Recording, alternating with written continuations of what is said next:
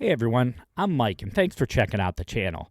Today I'm going to do a list video, but it's going to be a different kind of list. You know, everybody talks about what their favorite band is, what their favorite song is, and I do my list. This time is not my list. I'm going to give a list of someone else.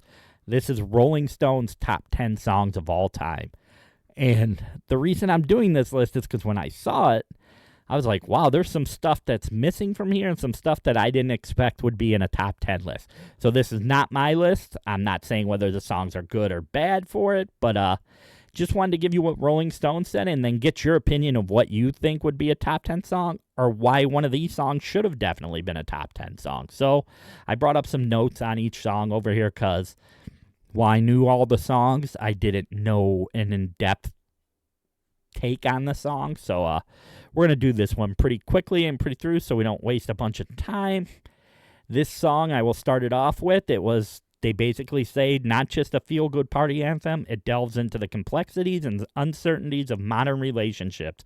While its upbeat tempo and catchy chorus make it a popular dance song, the lyrics explore themes of denial, unhappiness, and the potential for relationships to be based on social expectations rather than genuine connection.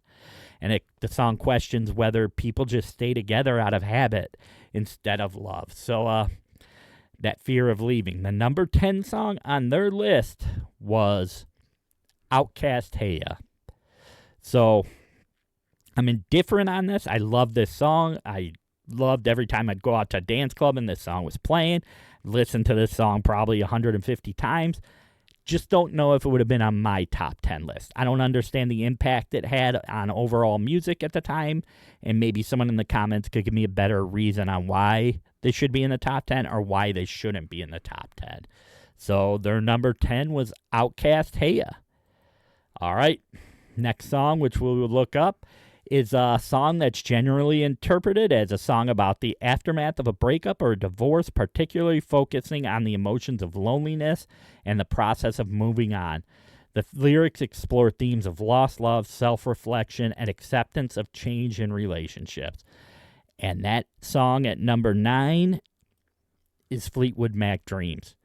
I get why this is on their list because Rumors is considered to be one of the most important albums of all time and is just an absolutely phenomenal album. So it would make sense to me that a song from considered to be one of the greatest albums would make it onto this top 10 list. But I'll let you decide. You let me know if there was a song you felt better on Rumors that would have been better for this or any other songs that would have been better. You know, I do a cover of Fleetwood Mac's Gold Dust Woman in my musical exploitations that are on YouTube. And I'm a Fleetwood Mac fan, so doesn't jump out as me as being off base. And you let me know in the comments whether you think it's a song that should be in the top 10 or shouldn't be. All right. Song number 8. Song is about embracing individuality and confidence, encouraging listeners to be unapologetically themselves and express their unique qualities. The song emphasizes self-assurance and letting go of inhibitions and celebrating individuality. It's a high-energy track that promotes dancing, partying, and having fun. And the song they have at number 8, this baffles me a little bit on here because I love this song, but when they had it in my top 10, is Missy Elliott, Get Your Freak On.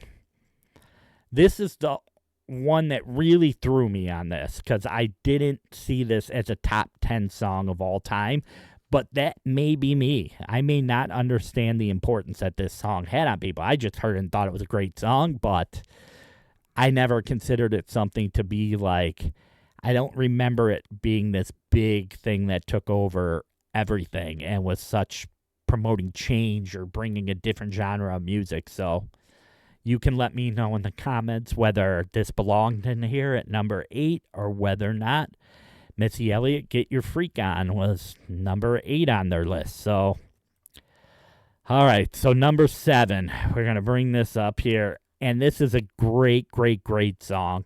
Love this band. And this band definitely would be in the top 10. And people would probably have multiple songs from them in the top 10. But this is a song that's about a dreamlike state, about someone who went through a lot of tough things in their life, from losing their father and mother, and they go back to a place where they felt happy when they were younger. And while the song seems so happy, it is really masking a lot of pain, basically, and it's really, really a sad, emotional song. And I recommend anyone get the chance to check this one out. It is the Beatles' Strawberry Fields Forever. It's coming from a perspective of John, who lived a pretty difficult life, and he was longing for this happiness he felt when he was a kid. And I think there was like, see what they say, was it a post office, or was it was a Salvation Army house that was called Strawberry Fields. And it was like a place that him and his friends would play, and he wanted to go back to that time when it was a better time for him in his life. And I could see this song being in the top 10 for me. It's a Beatles, but there's so many other Beatles songs that could be in there too. If you're talking, you say you want a Revolution, obviously Revolution number 9, Helter Skelter.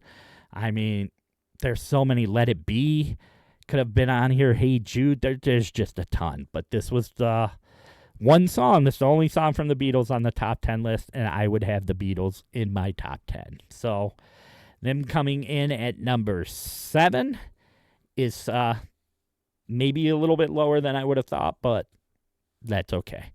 All right, so Rolling Stone, we're going to see what people think of your list. This song I would have definitely had in the top 10 because I think this was a time during the Vietnam War where there was a whole lot of issues going on in this country, a whole lot of protesting about the wars, racial injustice. We had segregation at the time. There were so many issues going on in the world, and this song was absolutely an anthem for everything that was going on in the world. And this song right here at 987 at number 6 is Marvin Gaye, What's Going On. Yeah, this song I absolutely would have in my top 10 list. I think this song was so important to that time and bringing change in the world that there's just songs that transcend into a whole nother realm that go from just music to being something social for everybody that falls into all of society. And I think Marvin Gaye's What's Going On should definitely be on this list. And that's what they have at number 6. So I'm going to agree with Rolling Stone. There's 2 in there, 3 in there that I kind of agree with, that I could even kind of move out or push out, but I could see why they're in the top 10 list. So we will go. The next song, I don't know if I put it in my top 10, but I think I understand why it's in their top 10, because it changed an entire genre of music. It literally ended like a hugely popular style of music and then took it to a whole nother level. And it was lyrics that when we listened to it, we were like, what the hell is this guy singing about? But why is it so awesome? And they wiped hair metal off the map. And when this video came out of 4 guys in a gym, well, at that time with the band, it was 3 people in the band. 3 guys in a gym just kind of rocking out with a bunch of like tattooed cheerleaders. Number 5, Nirvana, Smells Like Teen Spirit. I could see why this made it because of the impact it had on society at that time. Suddenly everyone went from big hair to wearing camos and being upset at life, being angry at their parents. It was just an emo phase, and I think Nirvana really rocked it out. It was such a catchy song. Every kid that learns to play guitar learns a song, because while it was simplistic in its music, it was killer in just its sound. It made such a difference. I love this song. Every band I know, at some point, they have learned how to play Smells Like Teen Spirit. So, at number 5, Nirvana. I'm not can't pounce on that one. I guess I understand it. All right. Number 4. This one has basically about someone that was exhausted, was coming home, and I don't think the impact is as much in the lyrics as the recording of the song. And when I say that, I mean, this is someone that his whole career and the love that people had for him was based around his folk style. And when he released this song, which was more of a rock song using electric guitars, and I know this sounds like to younger people like this, why would this be a big deal? It was a huge deal to people who were fans of Bob Dylan. And the song that Bob Dylan they put on here is like a, let's get rid of Nirvana here. We will do this here. like a Rolling Stone. And I can understand 100% why this song is on here. It transformed a whole genre of folk music where people wanted to stay true to those roots of folk, and Bob Dylan just changed it up, went with electric guitars. He did a whole tour. There's a whole documentary about him going on tour, taking this whole rock show out. He wanted to change his style, his image, and do something different, and people were not happy about that. So I understand its influence on the whole society as a whole then, and how it changed his style and how it changed music for everybody there. So Bob Dylan, number 4, Rolling Stone. I get that. I fully get that. All right, number 3. We are getting into the top 3 of Rolling Stones, and I believe this song should definitely be in the top 10 for me, because this was really the anthem of racial injustice during that whole point of segregation.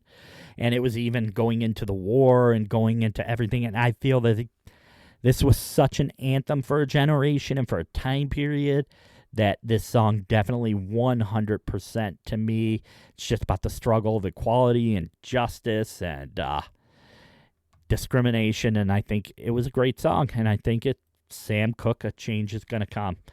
Such a beautiful vocals he has, amazing lyrics, amazing theme behind the entire song.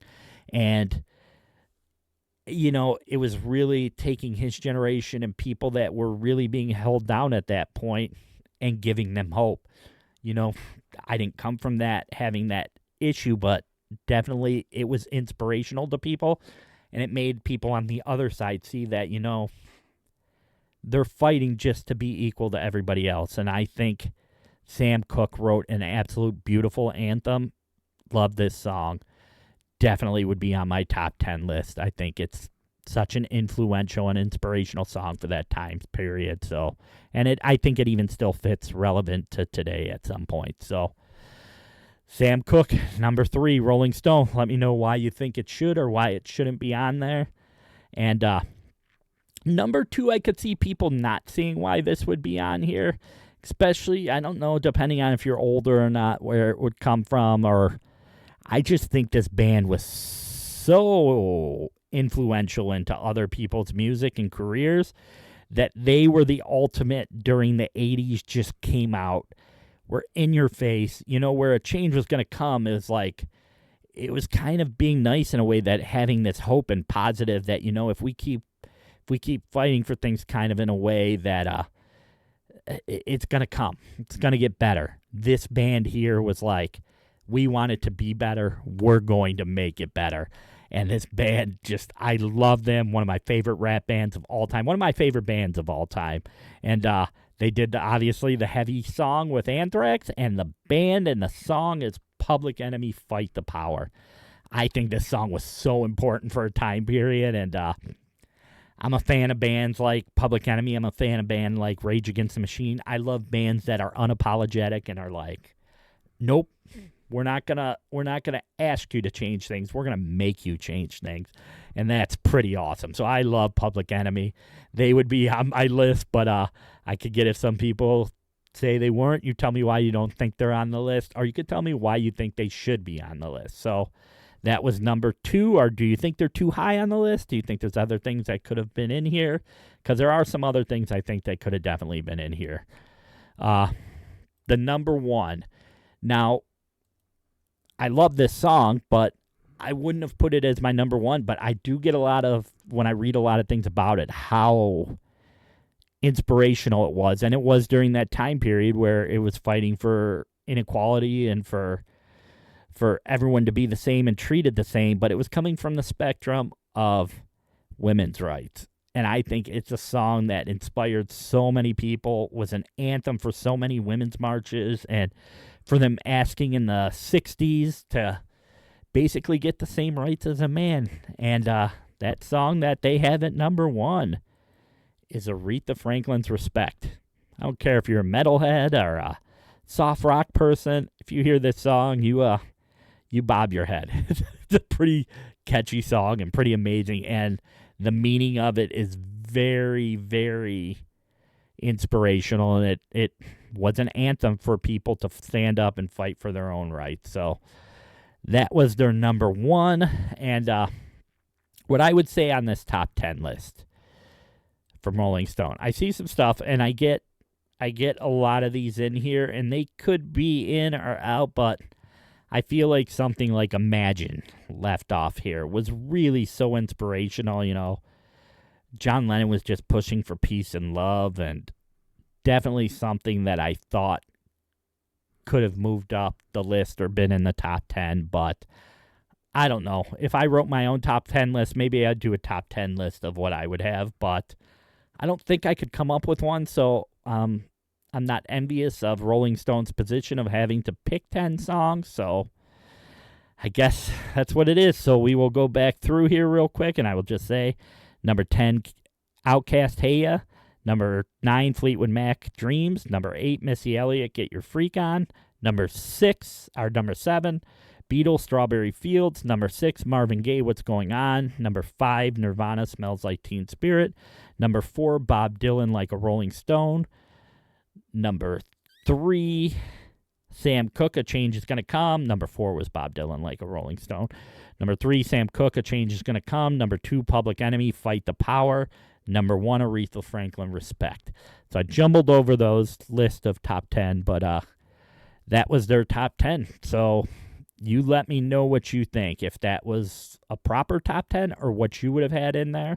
And as always, as I always say, man, music makes life better. If you're climbing up, reach down and pull somebody up with you. And I will see you all in the next video. Let me know what you think down below. Please like and subscribe. All right. Bye.